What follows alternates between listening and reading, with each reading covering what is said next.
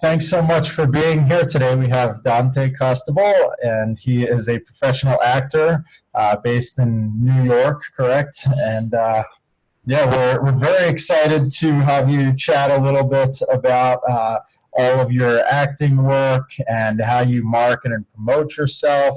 I believe you're a friend of Ian Hersey, correct? Yeah, Ian's a good friend. Yeah, I'm going through our interview right now because I did his over the phone and we kind of like transcribed it. So I'm rereading it. I was literally just doing that before we we started our meeting. Yeah, he's a cool guy. But yeah, he's a good friend, good guy. thanks for joining us. Tell us a little bit about yourself and your career. Yeah, so I don't know, like I didn't really start. I didn't even know that like acting was really a thing, or I never really thought that it was a thing. Probably until I was in high school. Mm-hmm. I didn't do like community theater or anything like this growing up. I wasn't a part of like school plays or that sort of a thing. So I kind of came into it a little bit later than I think a lot of people do. So I started getting. I'm not quite sure how, but I started getting interested in it, I would say, when I was a senior in high school. And by the time I got into college, sometime into college, there was opportunities to take like elective courses, and I saw an acting class as an elective. So I jumped on that to kind of see, I had a curiosity and I wanted to see what it was all about. And it was super kind of like most college elective courses are. It's like very introductory. It's not to say that it's not good, but it's not like a thorough exploration of like what it is. It's kind of like more of a topical class it's more discussion than actually like performance based. Mm-hmm.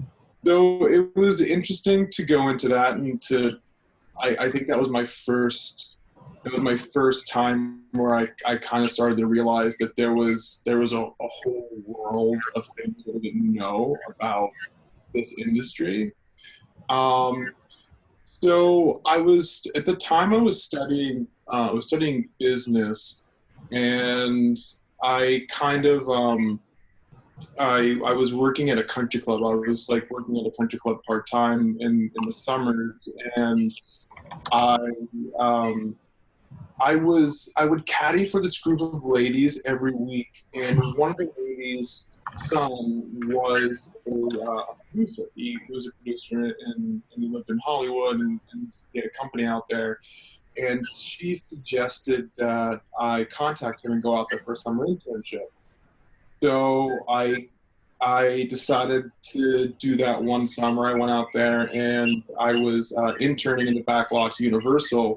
And I was doing like a lot of script coverage, and I learned a lot of the jargon and the ins and outs of the business and how things worked and how people talked and how deals were made and projects, kind of came together or didn't come together. And while I was out there, I mean, being in LA, you have access to just like everything in terms of like that industry.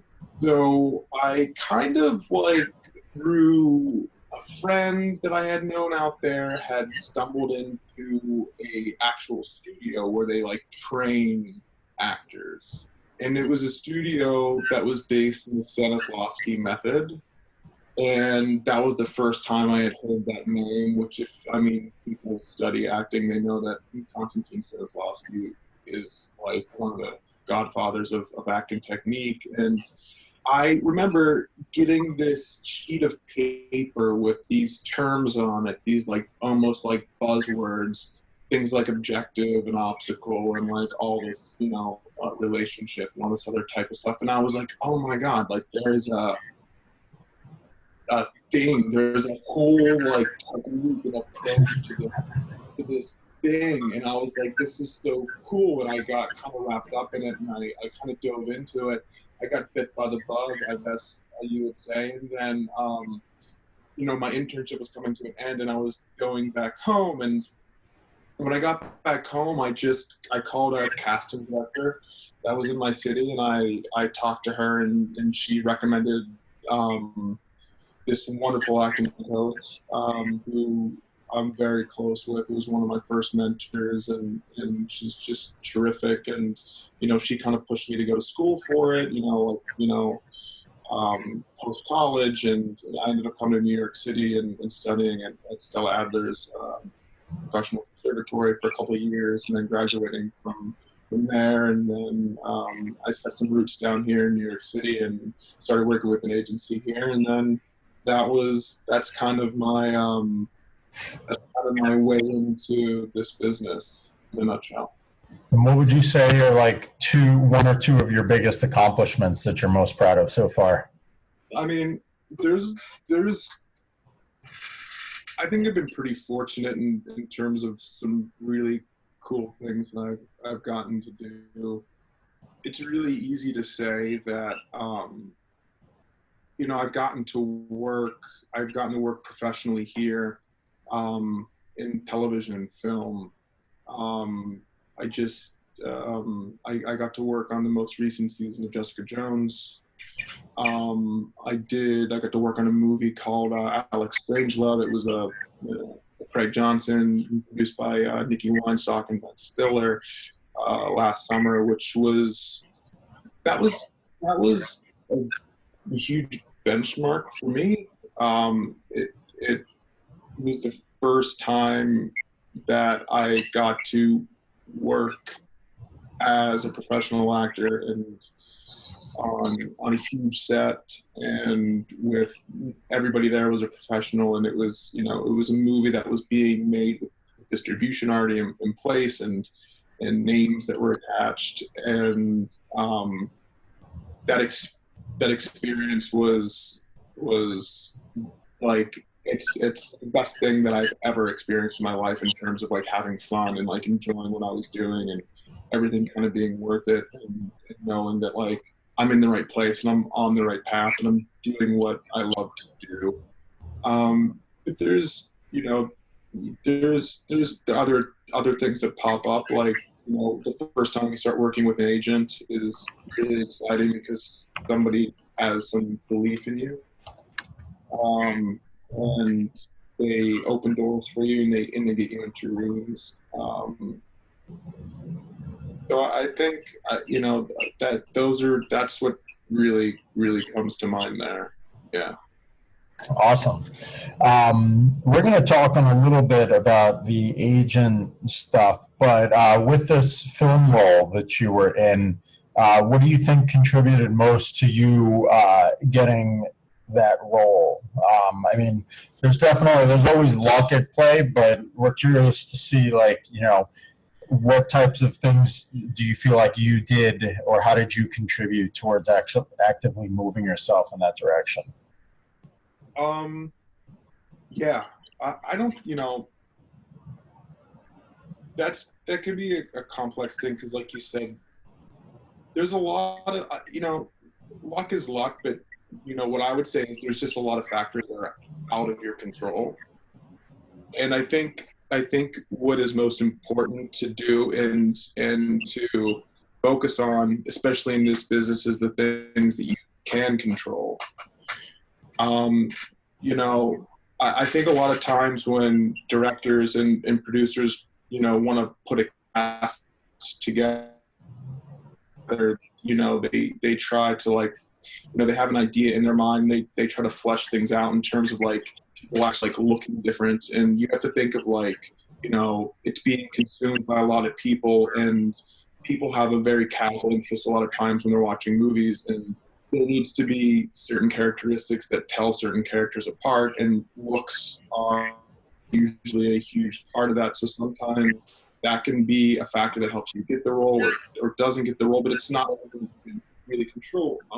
So it starts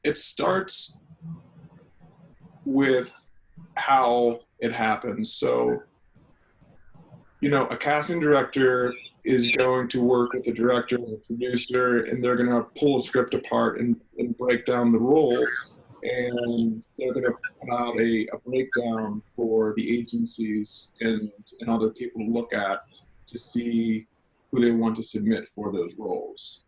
So, okay, great. Your agent's going to submit you because you're good for XYZ role. So how do they submit you? I mean, they basically send over your headshot, right? And your resume. And I think most of the time, I guess every casting director is going to be a little bit different, but they're looking at thumbnails basically, like 1 inch by 1 inch on the computer screen of just hundreds and hundreds and hundreds of people scrolling through them, and they're probably going to get anywhere from 500 to 3,000 submissions for roles, right? So having a good headshot, helps you get into the room. So you have an agent, you have a good headshot that represents you, is clear, is inviting. People, when they look at your headshot, you kind of want them to look at you and say, oh, I can lay this character over this person and see them playing this character.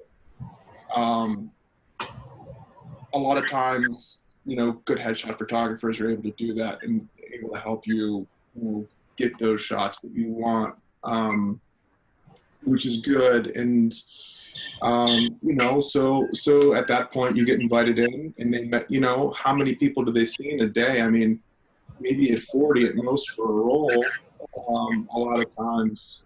And then you get into the room, and then what becomes a factor is what can you control when you're in the room? You can control your performance, to a certain degree, I think, and you control the choices that you make,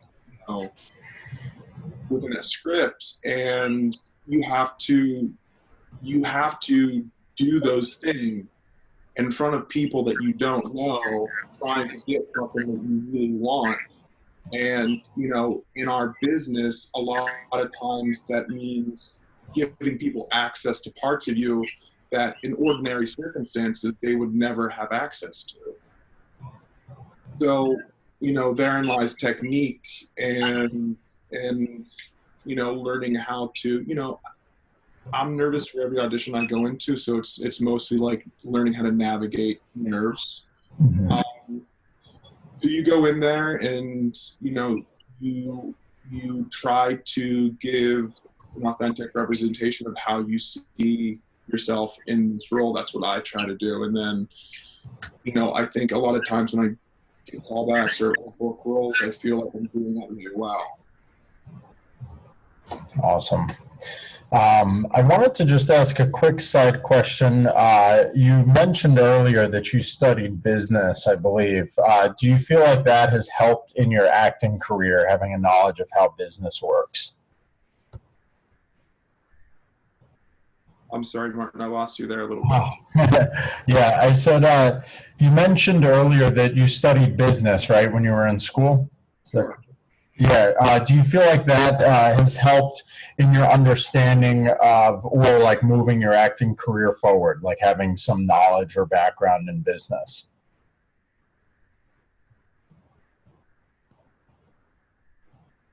Can you hear me? You're asking if my background in business helps me navigate my acting. Yeah. Have you found that to be useful? I mean, I just think everything that you do in your life is going to inform subsequent moments in your life. Studying business is something that is super practical, but it benefits different parts of the whole company and how they relate to each other. How things come together and how people make money off of selling something, basically. And the idea of another person's job and being able to understand what they do and how things connect, what they have to do, and what their focuses are and what their objectives are. If you can help them achieve their goal, they're going to like you. Mhm. You know? And for me, studying business gave me a lot of insight into that. Actually, when you take an internship and you go out and you study the business that you want to be in, and you understand what they're talking about and what they're looking for, and you understand how many different factors are involved in making a TV show or making.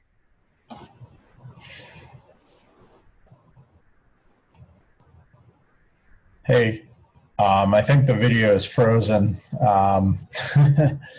I'm going to quickly pause for a second.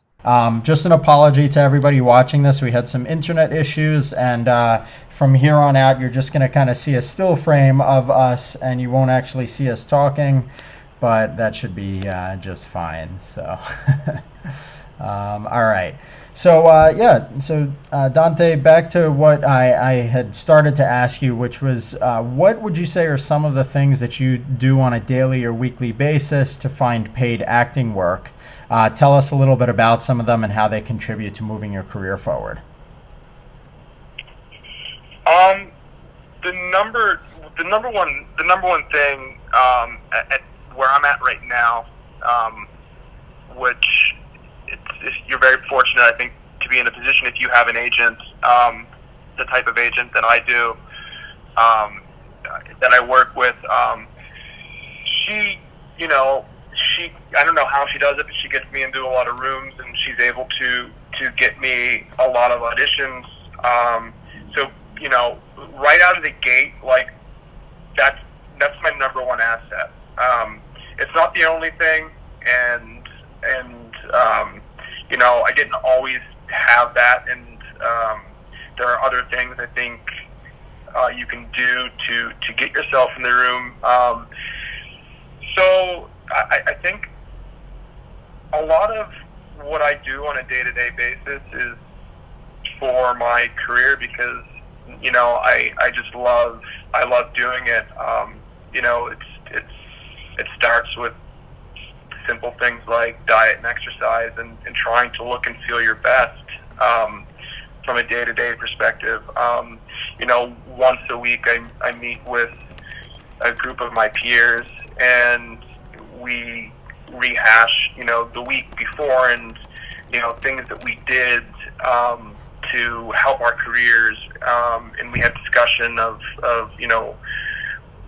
what's casting and this sort of thing. So I scroll publications, and I kind of sleuth around the internet to see what types of projects are in production or in pre-production, getting ready to be cast. Ideally, that's when you want to try to catch things. Things like castingabout.com will tell you which projects certain casting directors are working on, which is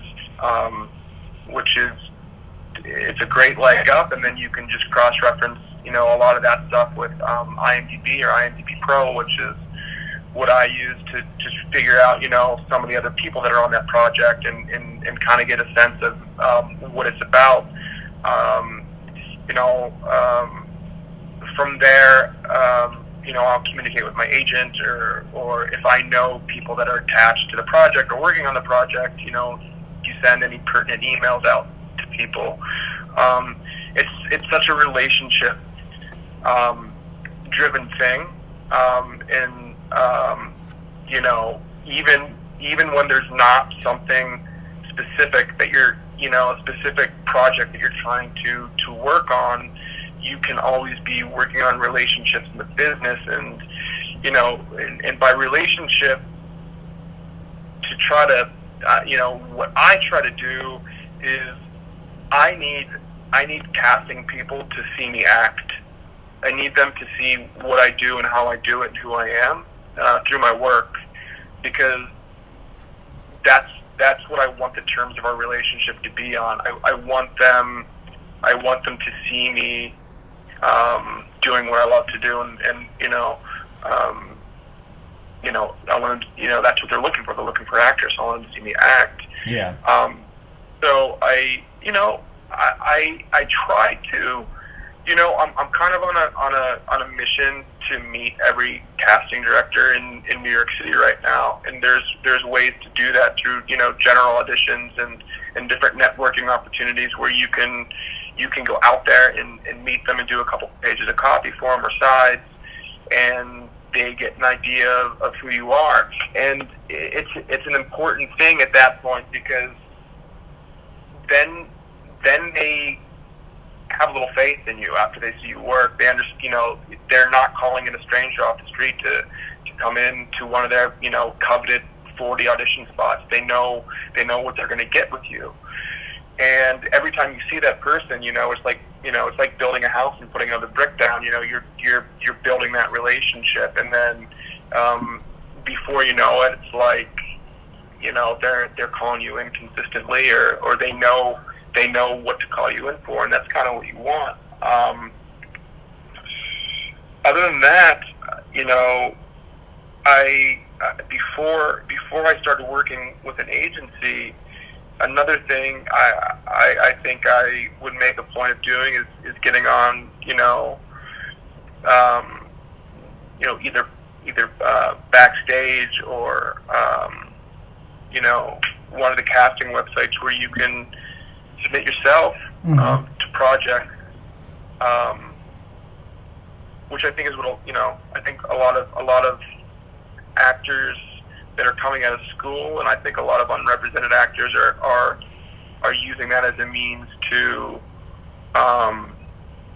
get work, and it's something that you have to do, and it's I think what you should be doing, because you at the end of the day, if you're getting called in for things, you're getting experience in one of the most vital things in your career, which is learning how to audition and being confident in an audition setting, and that you just got to get out there and audition, and that's one of the ways to do it.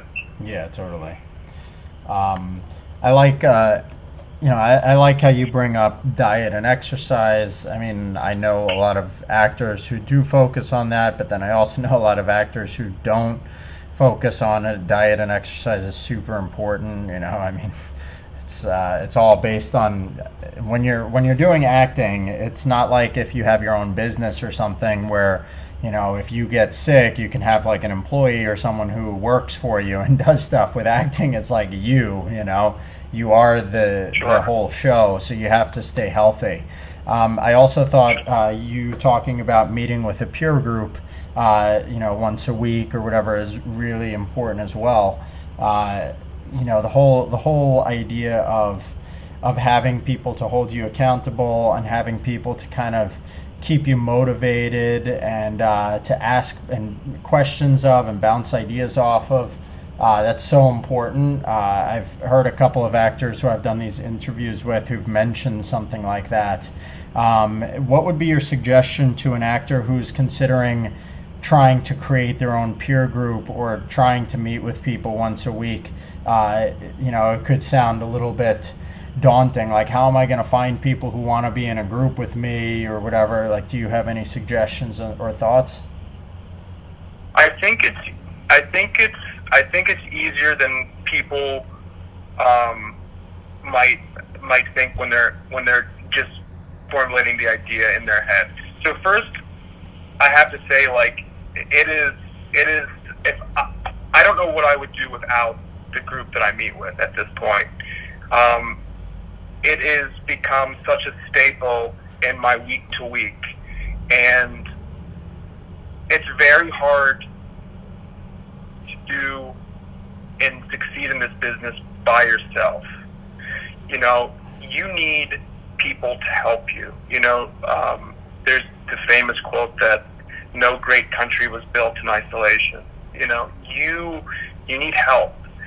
And I know, me personally, it's like, if I get an audition, the turnaround times on auditions in the television and film world it's super quick. If you have the sides for more than a day, that's a lot of time.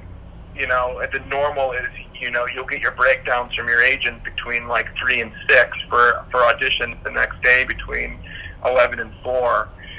And I know that every time an audition comes through and I have 3 or 4 pages I need to work on, I know that somebody from my group is going to be able to pick up the phone and run lines with me, or bounce ideas off of them. And if it's a self tape, I know that I have somebody to come and help me do that, and help prepare me adequately for a good audition. And it makes all the difference in the world. It has for me. For people that want to start their own group, I mean, the acting community is such a great community to be a part of, because a lot of people have big hearts and are very passionate in this world. They love what they do. They love being around they love being around other people. And it just starts with talking to people about, it could be former people that you studied with. Like, if you go and you take a class, if you take a weekend workshop or an evening workshop, you're going to meet people and you're going to talk to them. And it's as simple as saying, hey, I think it would be, I want to put together a group of people to meet once a week and just talk about this business. And, I think we should set goals for each other and see if we can check in with each other and hold each other accountable for what we want to do, and help each other, reach some of these goals. Honestly, there are certain things that I'm not very good at in terms of marketing myself or communicating effectively, like putting things into words, like things that I want to say. But there are people in my group that are excellent at that. So, we'll sit down, and if I want to, send postcards out to different people, or send an email out to different people, like having them that email or those words, and having them tell me if the message that I want to communicate is what I am actually communicating, it goes a long way. And I really couldn't encourage people enough to get a couple people together and do that, because it'll pay so many dividends for you. Yeah, no, that's excellent. Thank you for that.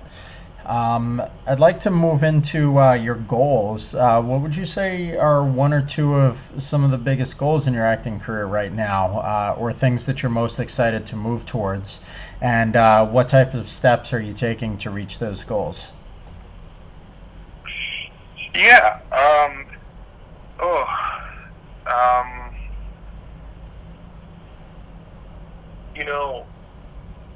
Let's just say, I'm going to say, like, I want to be on set all the time. Mm-hmm. I want to be, having went through and experiencing being on set and working and seeing the final product and being a part of that process is, like, without a doubt, I'm the most happy when I'm on a set and I'm working on something. So increasing the amount of time I spend on a set is my goal first and foremost. And if there's people that I dream of working with, and I guess you can kind of like loop that into goals, but like there's people like Vince Gilligan that does Breaking Bad and Better Call Saul, and it's just like I watched his creation. I'm like, I want to be in that world. Yeah. Like to work with people like that. I want to be in the next Band of Brothers. Like, that's the stuff that I watch that moves me. Yes, like that's what I dream about. Those are those kind of live in the same world as goals. But like, honestly, I think we talked a little bit about it, but like there are things, I might not necessarily be able to control that, but I understand like the idea of those like dreams and those goals. I understand, like, to me that means something, and I'm able to look at it and say, okay, well, like, if I can get, 1 audition per week for a television or a film gig, like, that can be a goal that I can work towards, because I can go out there and I can meet casting people. I know that I can do that. That's within my power. That's within my control. So there, I've noticed a correlation in the amount of people that I meet and the number of auditions that start to come through for me. And the more times I meet a specific person, it just starts to really like bear fruit for you. So those are my goals. Is just creating opportunities for myself on a weekly basis to get work, and hopefully that leads to bigger things that I want. Yeah, that's awesome. First off, I love how you noted the correlation of the number of people you meet with the number of auditions that you seem to start getting. That's, I think, really important for people to be aware of, because this industry, yes, talent is very important, but it's also a lot about who you know. I mean, sure. I think that go ahead. The thing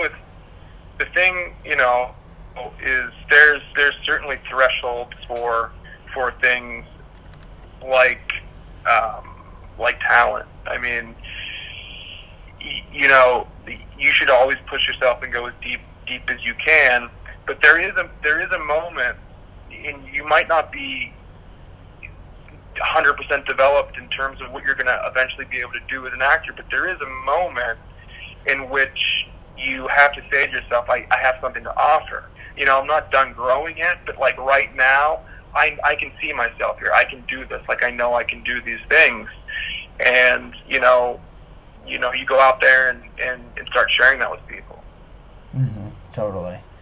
I also, I could sense when you were talking about your excitement and passion for being in those projects like the Vince Gilligan stuff and the Band of Brothers stuff. I mean, when someone, and at least what I've noticed is when someone has a goal that they set that's very specific and they're super excited about that goal, they have a really strong reason as to why they want it.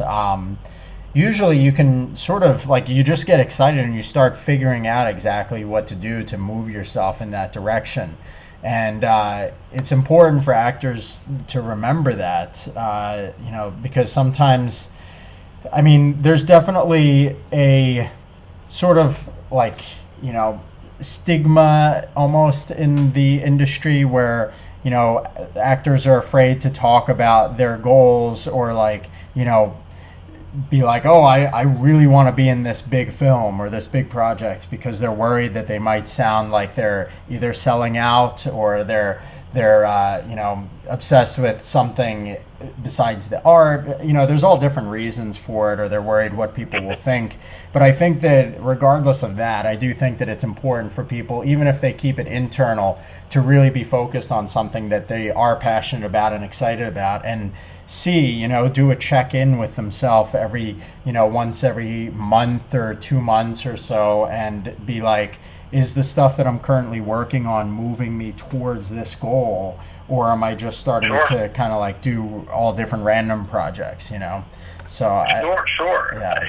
And furthermore, like what I would say to people who are first starting to work with goals and writing all these things down is just like, it's very scary, because even when you just share it with yourself, even when you just say it to yourself, it's a vulnerable thing, and you might feel silly or something like that. But another thing is like, you're allowed to write it down in pencil. You can erase it. You can change it. It can evolve.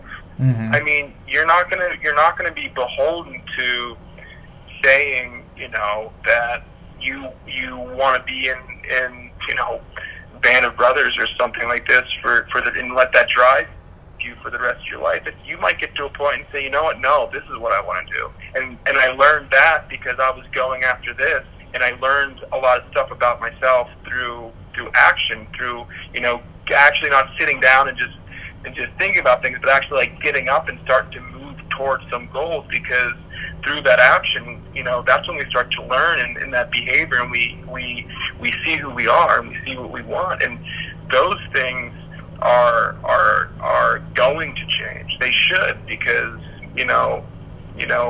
we can't ever fully predict everything that's going to happen, And it's okay. It's okay when things change, and to not let that scare you. If it's not permanent, it doesn't have to be written in stone. You're allowed to change your mind. Yeah, exactly. I mean, I started as a film director. I mean, I went to film school at NYU and studied all that. And, my parents spent all this money on me and did like loans and everything. And then I wound up shifting into shooting headshots. And, I built a headshot business, specialized in that. And now I'm starting to realize that what I feel like I'm really passionate about is the marketing side and working with actors and everything. And I just love this stuff. And, at first I was very scared, especially, graduating college and being like, well, I'm slowly becoming a photographer. That doesn't have much to do with filmmaking. And I was worried what my parents and family would think. And then, as I shifted from a photographer into what I'm starting to do now, it's again kind of like my family's like, well, what do you really want? Why do you keep on changing things and stuff? But I totally agree with you that it is okay, and you have to sort of have confidence in your own self and your own decisions. You need something that drives you, but you have to understand that it is completely fine if you get to a point where you're like, you know what, I'm realizing that what I thought this was going to be isn't exactly the same, and maybe I want something different. Sure, it's impossible. It's just absolutely impossible to know. Mm-hmm. We see examples of this every day where people start out doing one thing and they'll completely flip. And then honestly, when you're young and you're 16, 17 years old, and people are asking you to make decisions about the rest of your life, and you don't really know a lot about anything at that point. Some people do, and that's great. Some people are lucky enough to find a passion early on, and it be a true passion that they just can't get enough of, and they're able to have that vocation for the rest of their lives. But I would easily say for the vast majority of people, that sort of thing evolves as we grow and understand the world and start understanding how things work. And yeah, I mean, I think we're lucky enough. A lot of people are lucky enough, in my kind of my philosophy and what my dad has told me, and it's advice that I take to heart, is as long as you can get up and get out of bed every morning and go to work, you're going to be able to move in a direction that you want to move. All you have to do is kind of walk in that direction, no matter what it is you're doing. If you can get up and get out of bed every morning, no matter where you start, you're able to move your position. Yeah, that's good. I'd like to shift gears a little bit and just ask a little bit about your advice on auditioning. What would you say are 2 or 3 top tips that you can give to an actor who struggles to either get called back or struggles to get the part? Like maybe they are getting callbacks, but they're just never landing the role.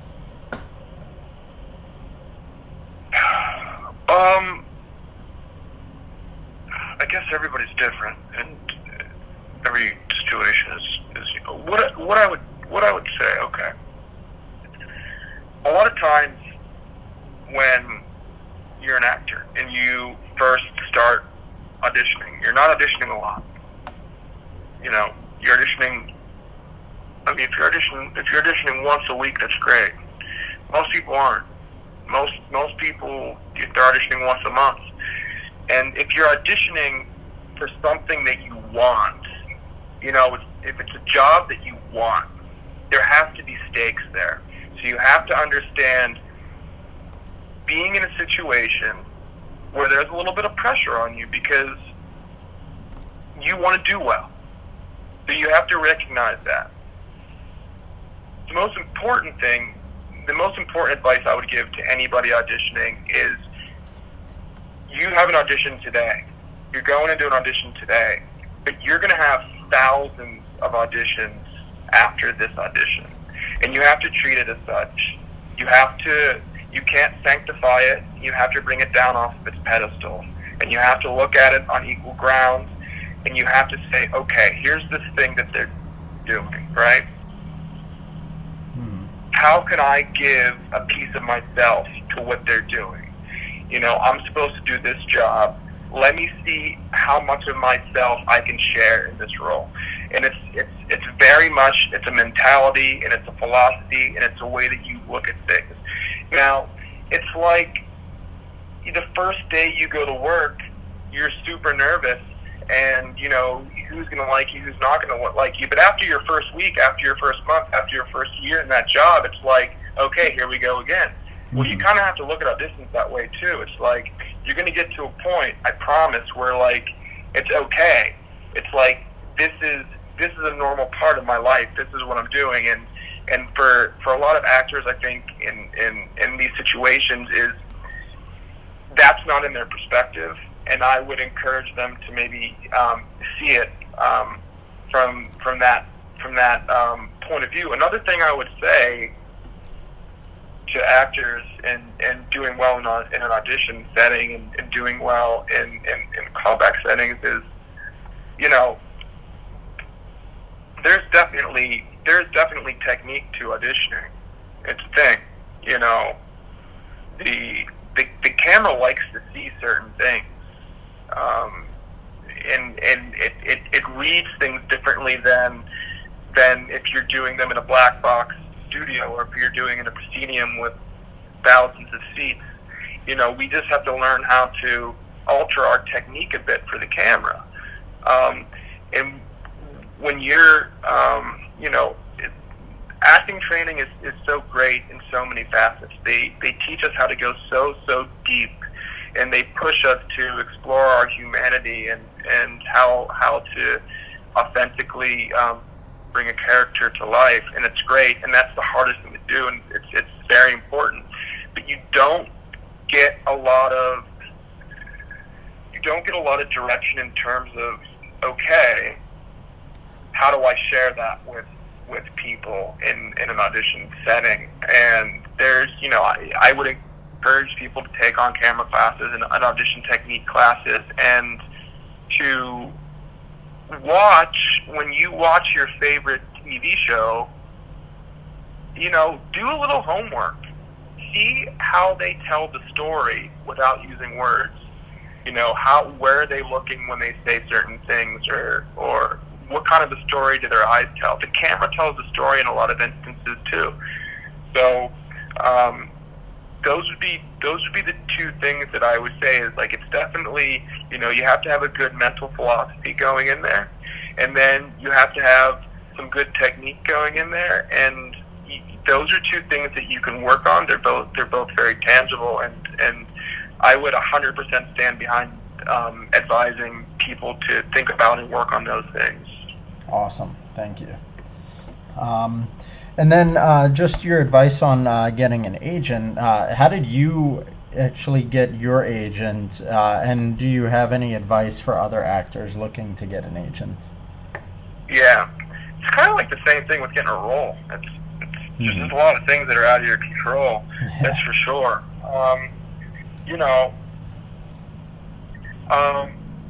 So I actually met my agent at One-on-One, which is an acting networking place where you can meet agents and managers and casting people.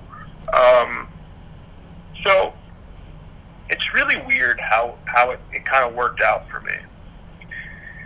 So I was meeting with his agency, and I was supposed to meet with a certain agent. I forget what his name was.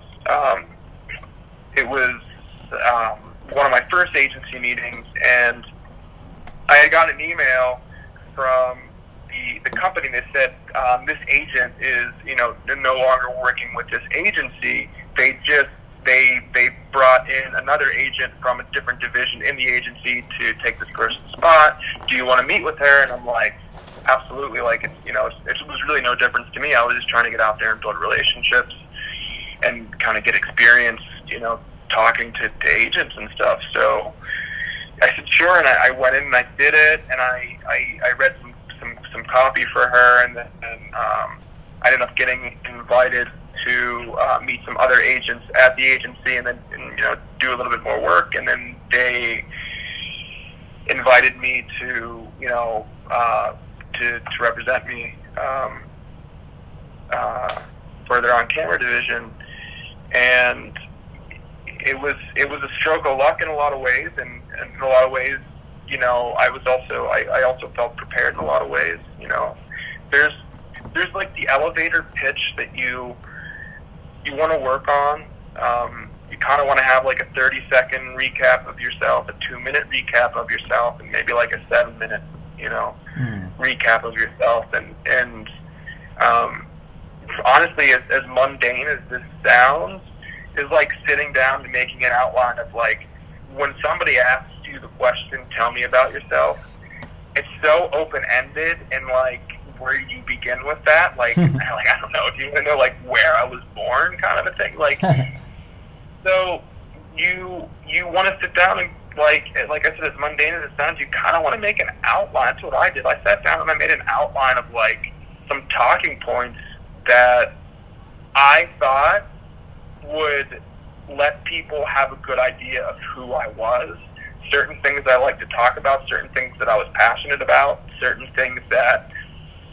characteristics that I thought made me me, and I would try to corral conversation into those directions, or I would take opportunities on open-ended questions to kind of talk into that kind of stuff so they could see me. I wanted them to see me. I wanted them to see who I really was. I didn't want to inflate my resume or pretend to be something that I wasn't, or try to pretend something that I thought that they wanted. I was like, it's never going to work that way. They have to see who I am as me, because that's who they're going to work with, and that's the only way you're going to book work. So those are some of the things I worked on, and that's, those are a few things. See, like, actors are good at acting. They are. They're coming out of school, and like they're working on Shakespeare, and they're doing Chekhov, and they're doing these huge plays, and they're able to carry these arcs. But then you got to get into a room and talk to an agent about things that aren't acting related, and you kind of have to prepare yourself a little bit for that. It's definitely worth sitting down and having a coffee and kind of like formulating what you want to say to these people. And it's not, it can be a little awkward to do, but like I said, it's definitely something that needs done. In terms of finding agents, there's a ton of agents and managers out there. They need good actors just as much as good actors need them. And sometimes, it's great to look at the big agencies, and if you have an opportunity to work with one, I think that's fantastic. And it's definitely an opportunity worth investigating. But a lot of times, some of the most established agents and agencies, their roster is always 99% full. They usually have all the people that they're sending out, and not, just because you don't work with them doesn't necessarily say anything about you as an actor. There just might not be a spot for you, which is a different problem.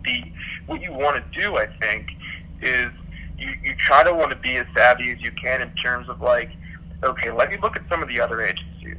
Let me see if I can follow some of the careers of junior agents, or managers that are trying to become agents, or this sort of thing. Let me see, if I can get some information on some interns that are working in agencies, and they're going to become agents, and they're going to need a full roster. So when you're meeting with somebody that needs to fill 100% out of their roster instead of just 1%, there's just obviously, goes without saying that there's going to be more spots for you to jump in. And that's kind of the start for a lot of things. I think that's kind of how I got mine, and I think that's how a lot of people end up finding their ways into agencies. So it is a little bit of luck, but if you look around and you think from that perspective, like, let me see who needs me, it'll help you find agents that are going to be not only good for you, but have a spot for you. Yeah, that's some really good advice. Thank you. Excellent. So I'd like to move on to our final section here. Just thinking about your own acting career, and also like, you know, for any actor who's sort of like either stuck at a plateau or they feel like they're doing the same thing, what would you say are like one or two things that you think have been most helpful in actually moving your acting career forward that might be helpful for others? If you feel like you're on a plateau, well,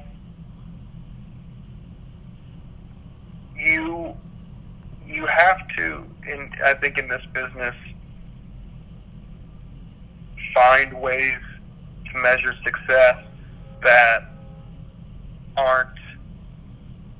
doesn't include booking things or booking bigger things. You know, callbacks are a measure of that success.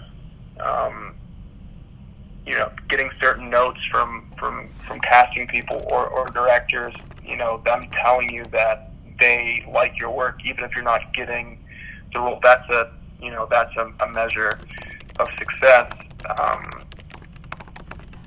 You know, we have to, so, you know, you don't want to spend your life frustrated and, you know,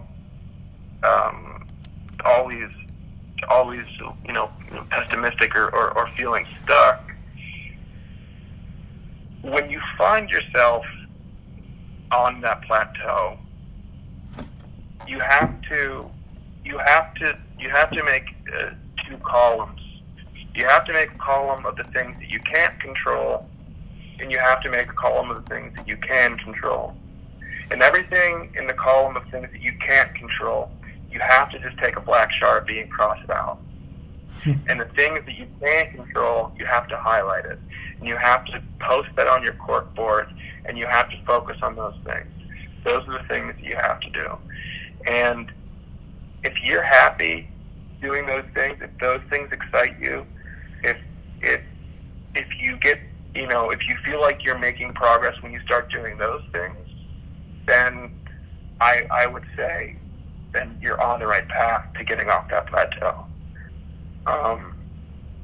You know, there's just a tremendous amount of like good resources out there for actors. There's you know, Marcy Phillips is just a phenomenal casting director, and she wrote a book called The Present Actor.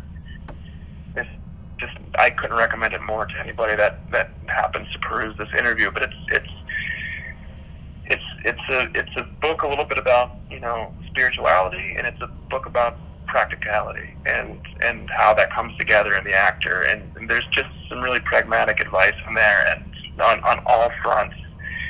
And you know, that sort of thing. And you know, to go kind of back to the group thing is like, when I feel like I'm on a plateau, it's like another thing that I have, you know, my group for. They help me keep my perspective. There's other people to kind of say, come on, man, like, you're not really on a plateau. This is where you're at. This is what you look like to outsiders. So like, sometimes our perception of reality just isn't reality. That's a really, really good point. And that's why people use coaches or friends or, you know, agents or managers, because they can kind of bounce that off of them, because they're not within the actor's own head, and they can see things from a different perspective and be like, listen, you're just kind of living in this emotional world right now that is kind of making you feel a certain way, but that's not actually how it is. So having that outside perspective is really helpful. But I really loved what you said about taking measurements of the successes, because it's really important that, again, like in a business where there's so much rejection, if you're only calculating your success based on how many yeses you get, it's going to be really hard to stay positive minded, and you'll be more likely to give up, or you'll always be nervous and stressed when you're going into auditions, which is just going to lead to more no's. But also measuring those other areas besides, like, a lot of, if a lot of actors are out there just measuring the times when they get yes to a booking, but they're forgetting to measurement or take measures of how many auditions they're going in for, how many callbacks they're receiving, what type of feedback they're getting, all of those other things. If they can actually measure, like, all right, I went out, I submitted my headshot for 100 different projects, and I got auditions for 10 of them, and then I got a callback for 2 of them, and I booked 1, right? If you have that data and you keep track of it, eventually you'll be like, well, right now I submit for 100 auditions and I only get brought in for 10. Maybe there's a way that I could submit more efficiently, or maybe I need a new headshot, or maybe I need to be submitting to different types of projects. Or if, like, you're getting lots of submissions, you're getting lots of auditions, but then you're never getting any callbacks, that might tell you that, well, maybe there's a problem with my auditioning. And so by taking all those measurements of different things, it kind of gives you exact feedback on what you need to fix or what you need to work on. So that was a great point. Yeah. Excellent. 100%. So, this has been amazing. I'd like to ask you, is there anything else that you'd like to finish up by saying? No, I just beyond humbled that you would ask me to come on and be interviewed. It's just really nice having a conversation with you, and I wish you the best of luck. Yeah, well, on behalf of everybody listening to this, I'd like to thank you a lot for your time. There's going to be tons of valuable nuggets of information in here. Again, I'm sorry that the video kind of broke up, but hopefully people will continue listening to it all the way to the end and, get all this really extra juicy stuff that came in over the phone. So thank you. Thank you.